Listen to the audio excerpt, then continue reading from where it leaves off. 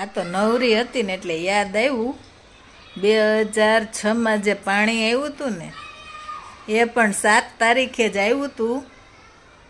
અને કાલે જે પાણીને વરસાદ ભરાણા ને સુરતમાં એ પણ 7 જ તારીખ હતી. એટલે મિત્રો આપણે એવું નહીં માની લેવાનું કે ગમે વરસ કે ગમે મહિનાની 7 તારીખ આપણા માટે ભારે છે. કેમ કે ત્યારે તારીખ હતી 7/8/2006.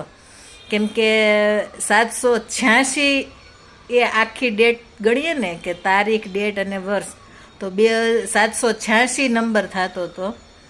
અને કાલે જે આવ્યું ને 2006માં એ તમે આમ ગણો ને તો 7/7/2006, એટલે કાંઈ બહુ આઘો ફેર નથી.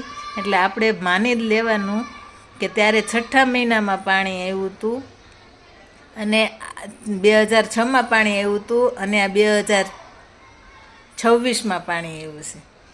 એટલે સમય એક ચક્ર છે કે જે ફરીને આપણી પાસે જ આવશે. એટલે મિત્રો યાદ રાખજો કે વરસાદ, માણસો કહે છે કે પાણી, અગ્નિ અને પવન એની સામે ક્યારેય પડવાનું જ નહીં. અને હકીકત એ જ હતી. કાલે માણસ થાકી ગયો કેમ કે એટલો વરસાદ આવ્યો સુરતમાં. અમુક માણસોના તો એટલા કહેવાય ને કે બેઝમેન્ટમાં જેના દુકાન હતી, પહેલા માળે હતી, જેવા પોદાર આર્કેટ, એવા બધા મોટા મોટા મોલ છે, મકાન છે, અગાશીમાંથી પાણી રીઝીને મકાનની ઘરની અંદર પાણી પડવા માંડ્યું હતું. જે રોડવાળા મકાન હોય, રો હાઉસ હોય, બંગલા હોય, એને પણ અંદર પાણી આવી ગયા મિત્રો. એટલે હકીકતમાં 2006ની યાદ અપાવે એવો કાલનો વરસાદ અને સુરતમાં પાણી આવી ગયું.